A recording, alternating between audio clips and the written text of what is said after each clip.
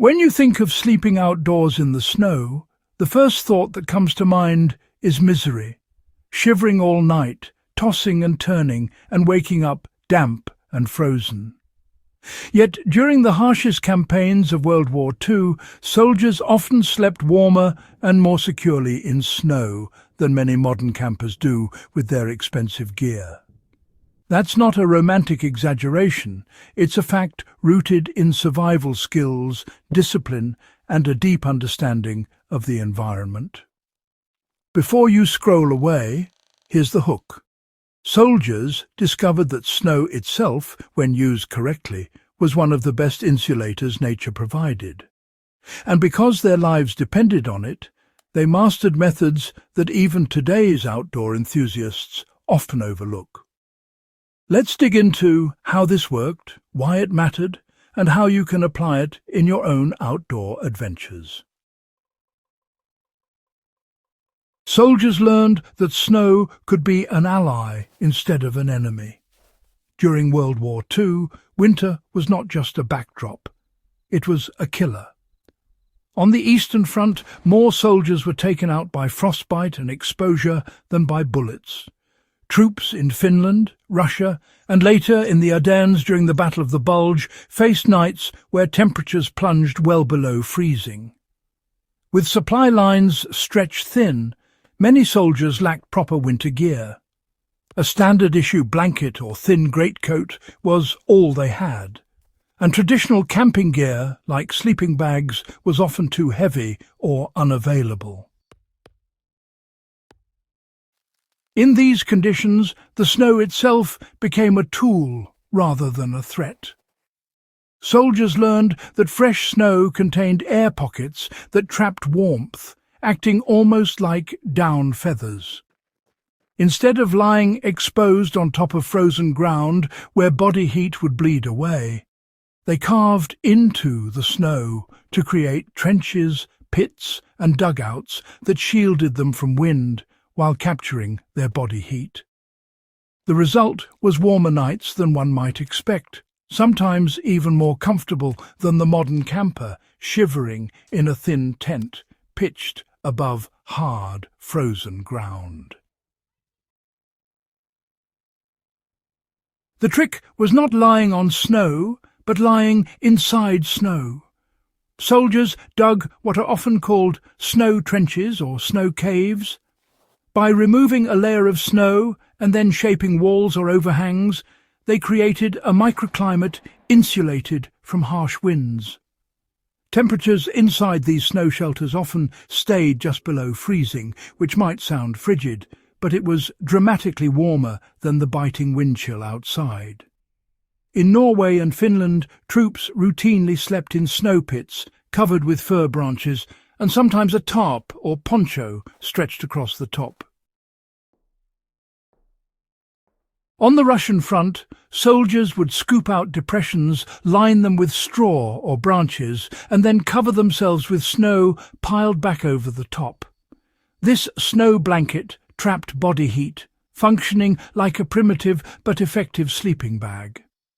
The key principle was insulation. Snow slowed heat loss from the body while blocking exposure to icy winds. Modern campers often set up a tent on frozen ground, lay a thin sleeping pad underneath, and crawl into a bag. While it looks comfortable, the hard ground beneath steals heat through conduction faster than air does. A soldier's snow bed, properly built, avoided this problem entirely.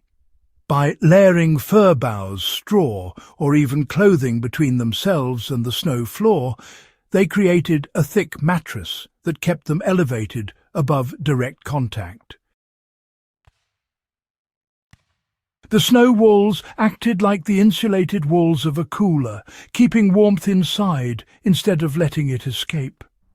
Modern gear sometimes fails because it tries to fight the cold directly rather than working with natural insulation. Soldiers had no choice but to work with what the land gave them, and in doing so they tapped into a system that nature itself provided for free. For survivalists and outdoor enthusiasts, this soldier's trick remains valuable. If caught in snowy conditions without adequate gear, the steps are clear. First, never sleep directly exposed on open ground, where wind and frostbite will take you quickly. Instead, carve a trench or hollow into a snowdrift just wide enough for your body.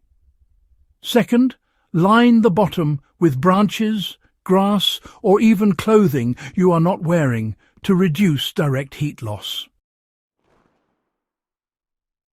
Third, cover the top with a tarp poncho or, if desperate, more snow piled in a controlled way that allows a small breathing hole. The effect of this setup is striking. Even at temperatures of -10 degrees Celsius, a snow trench can maintain a livable environment just below freezing enough to get you through the night. The reason soldiers slept better in snow comes down to understanding natural laws. Cold is not just about air temperature. It's about exposure, wind, and contact with frozen ground. Soldiers, whether Finnish ski troops or American infantry in the Ardennes, solved the problem not with expensive gear, but with ingenuity. They realized that the environment itself provided tools. Snow was not a threat, but a resource, and by mastering it they survived nights that would have killed untrained men.